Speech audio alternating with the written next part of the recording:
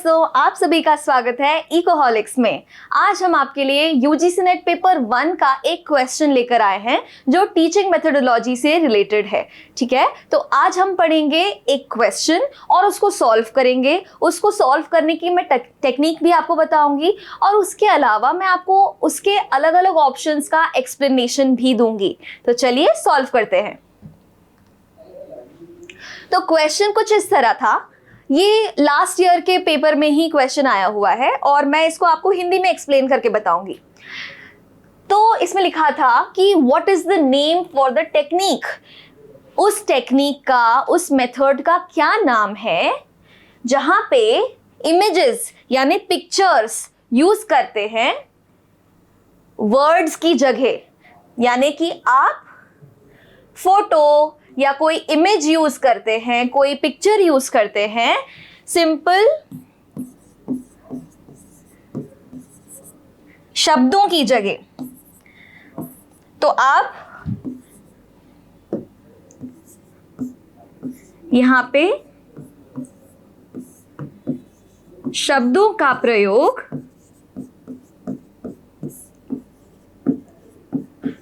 नहीं करते। अब ऐसी कौन सी टेक्निक है जहां पे शब्दों का प्रयोग न करते हुए भी किसी भी इंसान को, बच्चों को या कोई भी लोग हैं जो किसी भी प्रॉब्लम सॉल्विंग टेक्निक में इन्वॉल्व्ड हैं, उनको कैसे समझ में आएगा? तो इस टेक्निक का, इस मेथड का हमें नाम जानना है जहां पे हम फोटो या इमेज यूज कर रहे हैं शब्दों की बजाय। ठीक है, अब क्यों यूज करें ये भी क्वेश्चन में बोला गया है। क्योंकि often words are more evocative. Evocative का मतलब होता है कि इमेज या फोटो ज्यादा भाव व्यक्त करती है। भाव व्यक्त करना या इमोशन प्रकट करना, इमोट करना। ठीक है, तो इमेज या फोटोग्राफ, जब भी आप कोई फोटोग्राफ देखते हैं तो आपको लगता होगा कि हाँ, आप उसकी बहुत सारी पुरानी यादें उससे जुड़ी होती हैं या कोई ऐसी याद जुड़ी होती है जिसको देखकर आप बहुत खुश हो जाते हैं या आप बहुत ज़्यादा सेंसिटिव हो जाते हैं। तो इसका मतलब क्या है कि कोई फोटो या इमेज आपको किसी चीज़ की याद दिलाती है और इसीलिए उसमें बहुत ज़्यादा भाव होता है शब्दों की बजाय। तो अब हमें ये जानना है कि इस पर्टिकुलर टेक्निक का क्या नाम है। अब यहाँ पे हमें ऑप्शंस दिए हुए हैं। ठीक है, तो हमारे पास ऑप्शंस हैं ये सारे। ब्रेनस्टॉर्मिंग। ठीक है, ब्रेनस्टॉर्मिंग का मतलब होता है विचारावेश।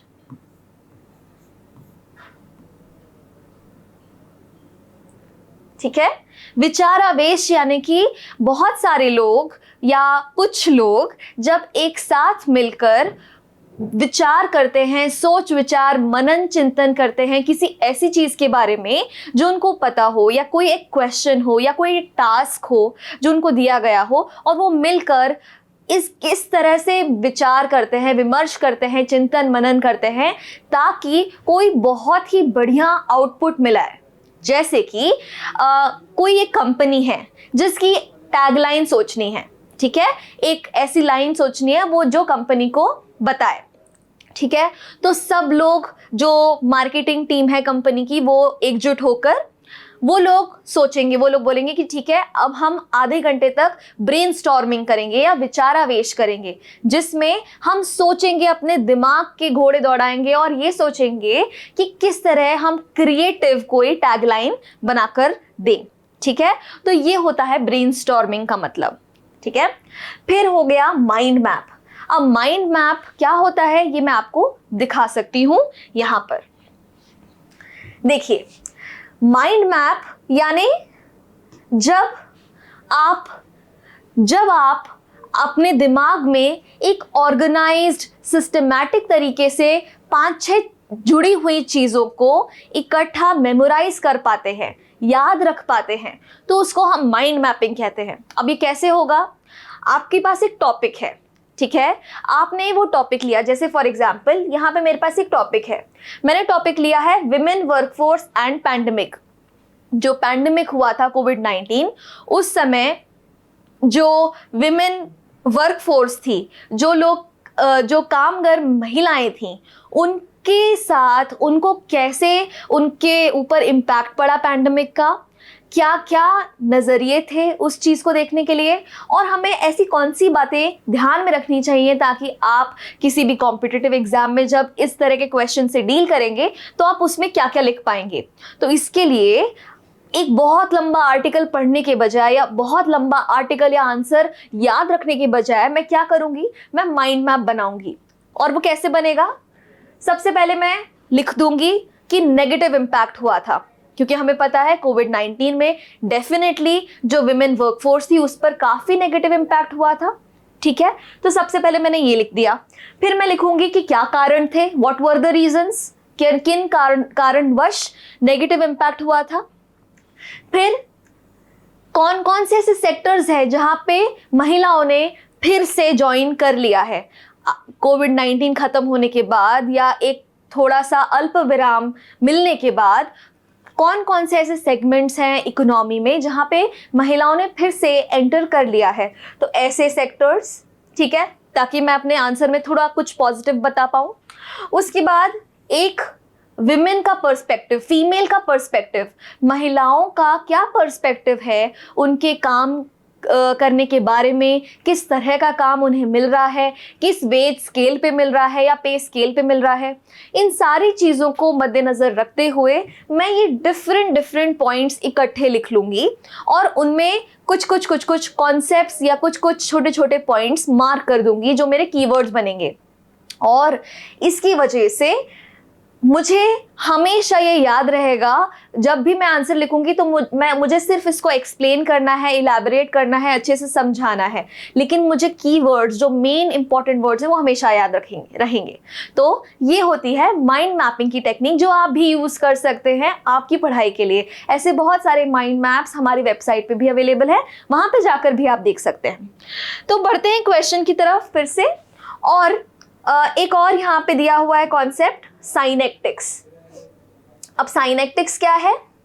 साइनेक्टिक्स, ठीक है, साइनेक्टिक्स भी एक टर्मिनोलॉजी है, ठीक है, जो हम यूज़ करते हैं कोई भी प्रॉब्लम सॉल्विंग मेथड के लिए।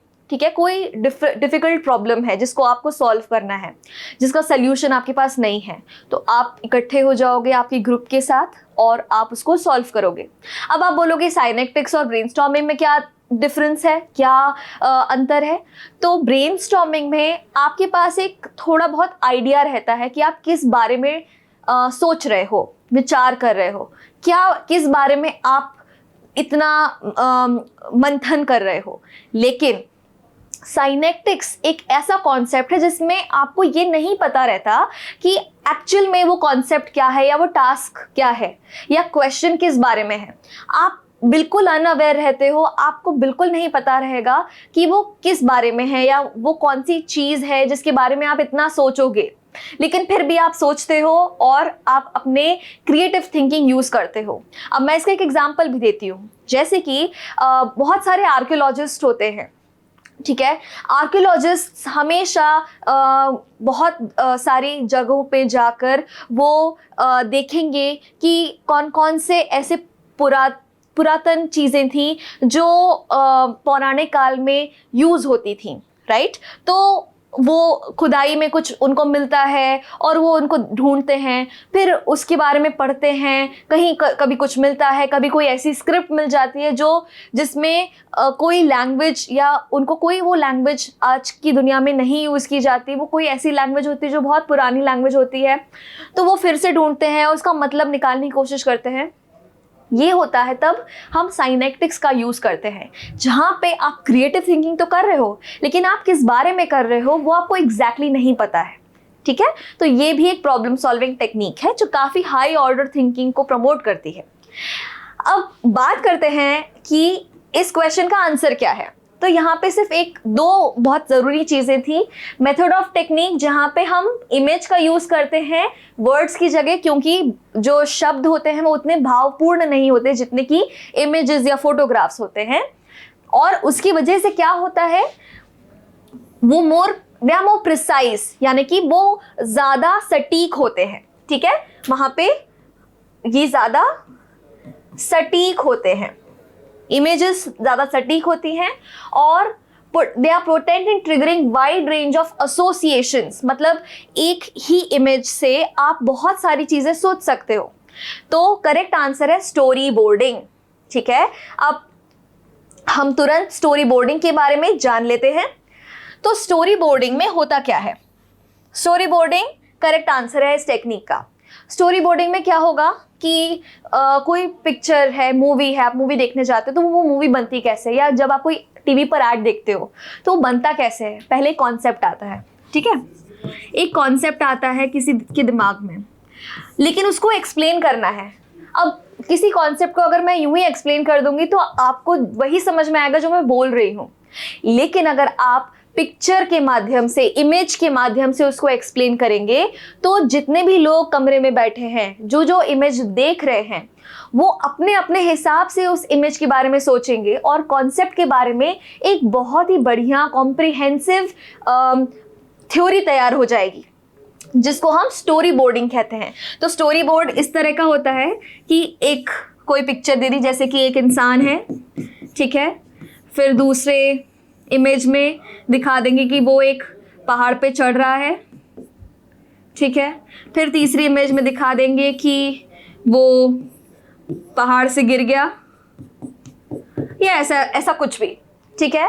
अब ऐसे 4-5 इमेज या ज़्यादा इमेजेस यूज़ करके स्टोरी बोर्ड तैयार होता है और हर एक इंसान उस स्टोरी बोर्ड को देखता है अपने अपने नज़रिए से, जिससे कि क्या मिलता है, एक तो सटीकता मिलती है कि आप जो देख रहे हो वो क्या है, और इससे अलग अलग भाव, अलग अलग एसोसिएशन भी तैयार होते हैं, ताकि वो जो ग्रुप उस कॉन्सेप्ट के बारे में सोच रहा है, कोई ऐड बनाने के बारे में सोच रहा है या कोई मूवी बनाने के बारे में सोच रहा है, वो मूवी बहुत बढ़िया अच्छी निकल कर तब आएगी जब हर इंसान का एक क्रिएटिव आइडिया या एक क्रिएटिव कॉन्सेप्ट उस इमेज के लिए बनेगा, एक परसेप्शन बनेगा।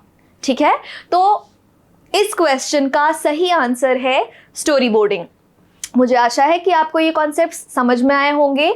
ऐसे बहुत सारे वीडियोस हमारे वेबसाइट पे और हमारे ऐप पे डले हुए हैं, और आप हमें कमेंट करके ये भी बता सकते हैं कि आपको कौन कौन से कॉन्सेप्ट्स के बारे में और जानकारी चाहिए, ताकि हम वो वीडियोस आपके लिए प्रस्तुत कर पाएँ।